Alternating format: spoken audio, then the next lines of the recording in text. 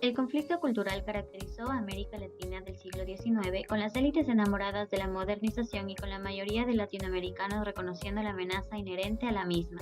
Estas élites controlaron las instituciones gubernamentales, influyeron en la toma de importantes decisiones económicas y políticas de sus regiones o naciones. El choque cultural asumió formas distintas y más complejas, primero con la invasión y la conquista ibéricas y después con la importación de esclavos de África. Conforme creció la inmigración, también se incrementaron la variación y la complejidad de las expresiones culturales y las posibilidades de conflicto.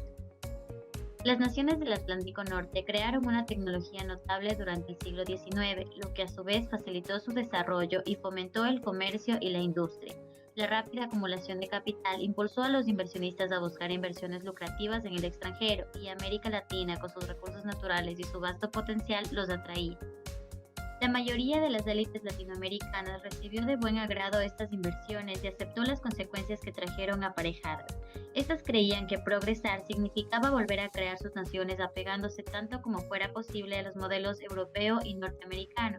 Siempre identificaron y confundieron el bienestar de una clase con el bienestar nacional. En el curso del siglo XIX, América Latina adquirió mucho del equipo del progreso: ferrocarriles, buques de vapor, electricidad, maquinaria, modas parisienses y textiles ingleses. Muchas ciudades presentaban una fachada europea. Hacia el final del siglo, el pueblo había perdido el control de la mayoría de tierras que alguna vez cultivó y se vio forzado a vender su fuerza de trabajo a los dueños de haciendas y plantaciones a cambio de un mínimo estipendio.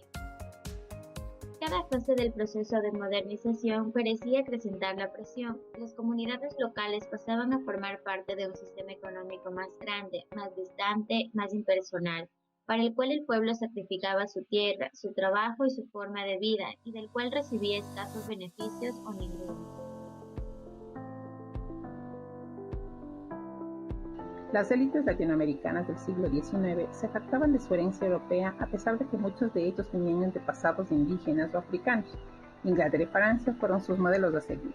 Fueron tres las principales filosofías europeas que moldearon la ideología de las élites durante el siglo XIX: la Ilustración, las ideas de evolución de Darwin y Spencer y el positivismo. El concepto de progreso ligaba a las tres durante la historia latinoamericana del siglo XIX. Los filósofos de la Ilustración creían que si la gente tenía la posibilidad de conocer la civilización, la preferirían antes que la barbarie. Para ellos la civilización era la gran ciudad llena de arte y cultura, mientras la barbarie era el modo de vida de la gente indígena o africana que vivía en el campo. Para Spencer, el progreso era el establecimiento de la más alta perfección y la más completa felicidad. Él defendía los ferrocarriles y la industrialización, pues los consideraba manifestaciones particulares del progreso. Muchos latinoamericanos siguieron a Spencer con su pensamiento, a pesar de que Spencer dijo muchas cosas que injuriaban a América Latina, su racismo, por ejemplo. La intensificación de los contactos con Europa reafirmó la conclusión de muchos integrantes de las élites. Los europeos, en particular ingleses y franceses, habían creado una civilización deseable y digna de ser imitada. La rápida industrialización y el cambio tecnológico que se llevaba a cabo en Europa imponían respeto a la mayoría de impresionables cosmopolitas latinoamericanos que clamaban que se repitiera el proceso en sus propias localidades. Su idea era que mientras más se parezca a París, mayor era el grado de progreso que el país podía proclamar. En ningún lugar de América Latina se expresó mejor la ideología de progreso que en Argentina, gracias a la generación de 1837, que era un grupo de intelectuales liberales que dejaron un formidable legado literario y político. Al definir la civilización, esta generación concebía a la Argentina como una copia de Europa, llevando ideas, modelos de pensamiento y perjuicios que hasta ahora perduran en dicho país. Sarmiento fue parte de la generación de 1837 y autor de varias obras, en las cuales expresó su ideología haciendo aseveraciones tales como: el siglo XIX coexiste con el XX, uno en las ciudades, el otro en el campo. De igual manera concluyó que una población producto de una mezcla de razas llevaría a Argentina a la perdición. En América Latina, las élites proclamaron que su misión era introducir la civilización mediante la educación y la inmigración europea. Muchas fueron las obras descritas, todas concluían que el exterminio de indígenas, africanos y sus culturas era la única manera de alcanzar el progreso tan anhelado.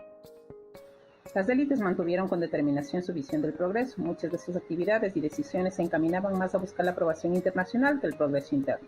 Para enfrentar los costos de la modernización, se dio prioridad en cuanto a atención e inversiones a la agricultura comercial y a la minería. En el último cuarto de siglo, los gobiernos extendían lentamente sus intereses económicos hasta incluir la industrialización, acrecentando así el dominio extranjero sobre las economías nacionales. El resultado, un sustancial flujo de dinero que sirvió para crear industrias que solo beneficiaban a unos cuantos. De esta manera, triunfó el concepto de progreso entendido como la emulación de Europa y Estados Unidos.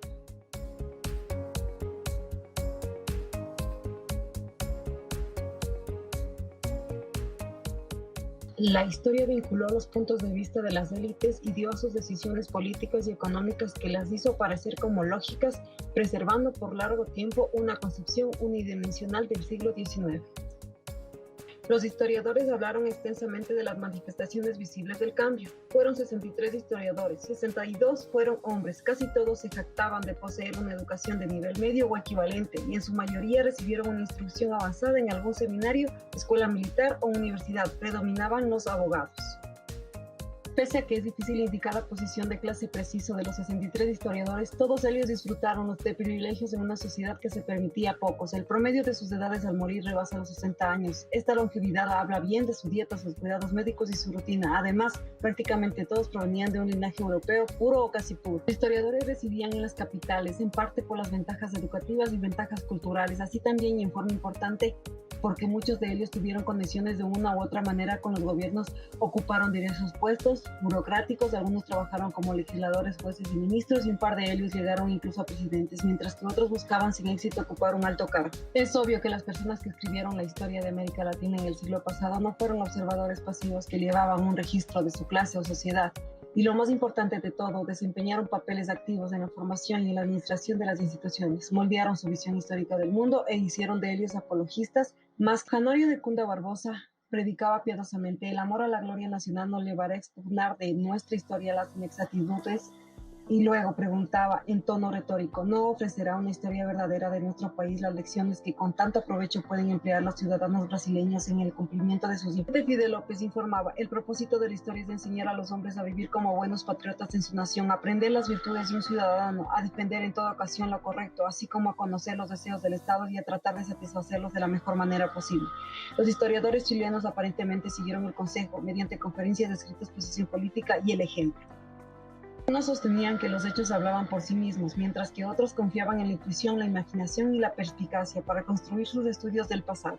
Pocos vieron la mano de Dios en muchos casos y le atribuyeron a la divina providencia la responsabilidad de muchos sucesos. Federico González Suárez afirmó: la divina providencia y la libertad humana son los fundamentos evidentes de la historia. Los historiadores llegaban a menudo a un acuerdo sobre qué hacer con los indios en la historia, imaginando al indio noble, príncipe indio que parecía, pensaba, actuaba y hablaba como europeo. El indio fue aceptado como... Los historiadores contribuyeron extremadamente a crear un sentido y un sentimiento de nacionalidad, aunque complementarios a los intereses de las élites. Al hacerlo, ocultaron con éxito la historia nacional, que han inhibido investigaciones históricas, ha ridiculizado el planteamiento de algunas cuestiones fundamentales que podrían suscitar dudas sobre la eficacia de la modernización, el progreso y el desarrollo.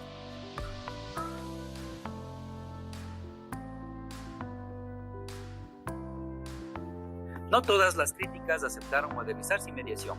El europeizar a América Latina provocó críticas y cuestionamientos, especialmente por patriarcas intelectuales. Las críticas de los intelectuales permitieron comprender los sucesos del siglo XIX y problemas que se confrontaron en el siglo XX, vías que podrían haber seguido para lograr la meta del desarrollo nacional. Por otra parte, empiezan a percibir que el sello del progreso tiene resultados superficiales, generando cuestionamientos e interrogantes más que soluciones o respuestas, por lo cual surgieron disidentes que lucharon con algunos de estos dilemas e hicieron grandes contribuciones. Fue un crítico de la europeización de Argentina, así como los conceptos de progreso y civilización. Una de sus afirmaciones partió del cuestionamiento del libro Civilización y Barbarie de Faustino Sarmiento, por carencia de validez, en el cual proclamó: caracterizar a las ciudades como civilizadas y al campo como bárbaro es un error histórico y de juicio. Mediante sus obras Un llanero en la capital y Palmarote en Apure, crea al personaje del doctor, quien representa el sector social a favor de la inmigración europea y sus ventajas, mientras que Palmarote opina que solo iban a Venezuela a enriquecerse a expensas del país. Para Juan Bautista Alberdi, un concepto relativo de progreso aludía al mejoramiento a fin de satisfacer las grandes necesidades nacionales mediante empleo de recursos y medios nacionales. Sebastián Ferreira sostiene que el progreso no se basaba en los términos europeos, sino en el estilo de vida de los indios, ya que disfrutaban de la paz, tranquilidad y riqueza en una medida que satisficiera sus deseos, lo que es difícil entender y aceptar para los europeos etnocéntricos y sus entusiastas seguidores del Nuevo Mundo. José Martí complementa estas ideas respecto al progreso como algo relativo a las condiciones, recursos y las necesidades locales. Advierte sobre lo indeseable de importar una copia del progreso. Propuso que las ciudades eran el cerebro de una nación, pero en el campo latía el corazón nacional. Por lo tanto, sin bienestar de las masas rurales no es posible lograr ningún progreso nacional. El cuestionamiento del progreso se tornó de interés creciente de algunos literatos y escritores, creando valiosas obras en contra del europeísmo, tales como Tulio Febres Cordero con Don Quijote en América, Eduardo Gutiérrez con la novela Juan Moreira, Silvio Romero, La historia de la lectura brasileña, y José María Ramos, La teoría de psicología positivista. Las múltiples obras de Alexandre José de Melo contribuyeron como fuente valiosa para futuros estudiosos e intelectuales. Juan Bustamante, mediante sus obras, proporcionó un excelente compromiso y activismo en Perú. Juan Manuel de Rosas, en el poder, inició el desafío en contra de los europeos. Con el apoyo de las masas, cimentó el desarrollo y la unidad nacional. A lo largo del siglo XIX, vemos que los aportes de los intelectuales llamados disidentes plasmaron en sus escritos el daño causado por el europeísmo, convirtiéndose en personajes fascinantes. Sin embargo, constituyeron una minoría cuya efectividad en el tiempo y espacio fue reducida. En América Latina del siglo XIX existían aquellos terratenientes dispuestos a la modernización de sus métodos de cultivo, así como también los patriarcas que defendían sus métodos tradicionales. El Estado patriarcal había adquirido una forma de vida propia, que dominó durante siglos a América Latina. El propietario, el jefe patriarcal, gobernaba a la familia, a los sirvientes, esclavos, campesinos y aún a los vecinos, a menos que estos fueran dueños de grandes haciendas como él. El gobierno y la Iglesia Católica giraban alrededor del terrateniente y acrecentaban el poder del patriarca. Las mujeres de la familia del patriarca debían llegar vírgenes al matrimonio y vivían separadas inclusive después de casarse de todos los hombres excepto de sus padres, tíos, esposos e hijos. Sus deberes de esposas y madres gozaban de alto aprecio. Parte de lo que se cosechaba en las estancias se vendía en los mercados locales o regionales, y otra se despachaba al puerto más cercano para ser exportada. El patriarca y una parte de su familia visitaban en ocasiones el pueblo más cercano o la capital de la nación para hacer algunas compras y saborear los placeres de la vida urbana. Los progresos en las comunicaciones, el crecimiento urbano y la expansión del comercio se convirtieron en tres poderosos catalizadores del cambio de aspecto de América Latina rural. Su impacto se multiplicó después de la mitad del siglo. El mejoramiento de los caminos y los puertos unieron al campo con las ciudades y facilitaron la integración a los mercados europeos. El primer ferrocarril latinoamericano comenzó a operar en Cuba en 1829, Chile en 1852, Brasil en 1854 y Argentina en 1857. Este transporte barato contribuyó a que las materias primas del campo latinoamericano llegaran con mayor rapidez a los mercados europeos. La organización del transporte y las influencias urbanas, la élite patriarcal caía bajo el control que ejercían los bancos, las regulaciones gubernamentales, la realidad comercial y en general las agresivas élites urbanas. El sector exportador dominaba como el más dinámico de la economía, con lo cual, a su debido tiempo, redujo el número y la importancia de las fincas patriarcales neofeudales. Las lucrativas ventas en el extranjero revelaron que el comercio desempeñaba un papel tan importante como la agricultura, si no es que más significativo. El siglo XX traía consigo la modernización, la urbanización y la industrialización, lo que representaba una nueva forma de vida a la gran parte de América Latina. Sin embargo, existían patriarcas que seguían ejerciendo resistencia y desconfianza a este nuevo modelo. El liberalismo caracterizó a la política, tal como el capitalismo caracterizó a la economía, por lo que a los patriarcas no les quedaba más que convertirse al nuevo sistema o traspasar sus tierras a quienes sí se hallaban en armonía con la nueva realidad.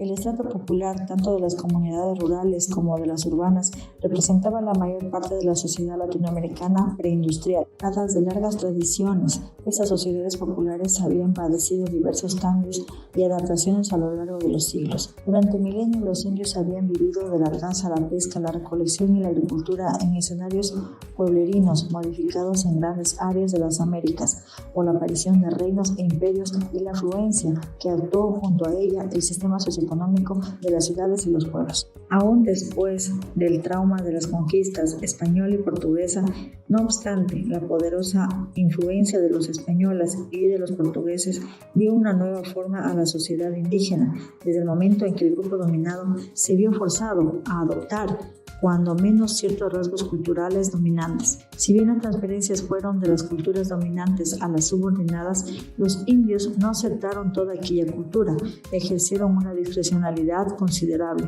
una vez que se había sentido el impacto inicial de los grupos dominantes sobre los grupos subordinados y los últimos habían aceptado las innovaciones culturales de los primeros. Los indios se hicieron menos receptivos al cambio. Conforme las nuevas naciones latinoamericanas tomaban su forma política en la primera mitad del siglo XIX, los gobiernos, con su espíritu bastante europeo, se enfrentaban a culturas populares dobles, que habían amalgado tradiciones indígenas, africanas y europeas. Desde la posición ventajosa de los europeizados, élites de las capitales, esas culturas populares, específicamente las sociedades autóctonas, organizaban grupos de individuos caracterizados por una cultura popular que sirvieron como barreras a la creación del deseado Estado moderno. La historia del siglo XIX, en particular el medio siglo que siguió a la independencia, ofrece diversos y fascinantes casos de tales líderes populares a los cuales les llamaban con frecuencia caudillos: Juan Facundo Quiroga, Martín Güemes, Felipe Varela y Ángel Vicente Peñalosa. Otros 3 ejemplos de caudillos populares que ejerció un poder nacional son José Gaspar Rodríguez de Paraguay, Rafael Carrera de Guatemala y Manuel Belzo de Bolivia. La gran población indígena de América Latina se resistió tenazmente a la occidentalización. Los indios constituían la mayoría, por lo menos en una tercera parte de esas naciones durante el siglo pasado, y era una importante minoría en muchas de las demás. En toda Sudamérica, la gente común expresaba su desacuerdo con el gobierno de las élites. Debajo de las rebeliones políticas, las masas rurales abandonaron las haciendas para tomar las armas, demandando una reforma agraria, la abolición de la esclavitud y el fin de los impuestos. Los esclavos liberados participaban en insurrecciones para la expulsión de los blancos, ya que asociaban a las instituciones opresivas con la...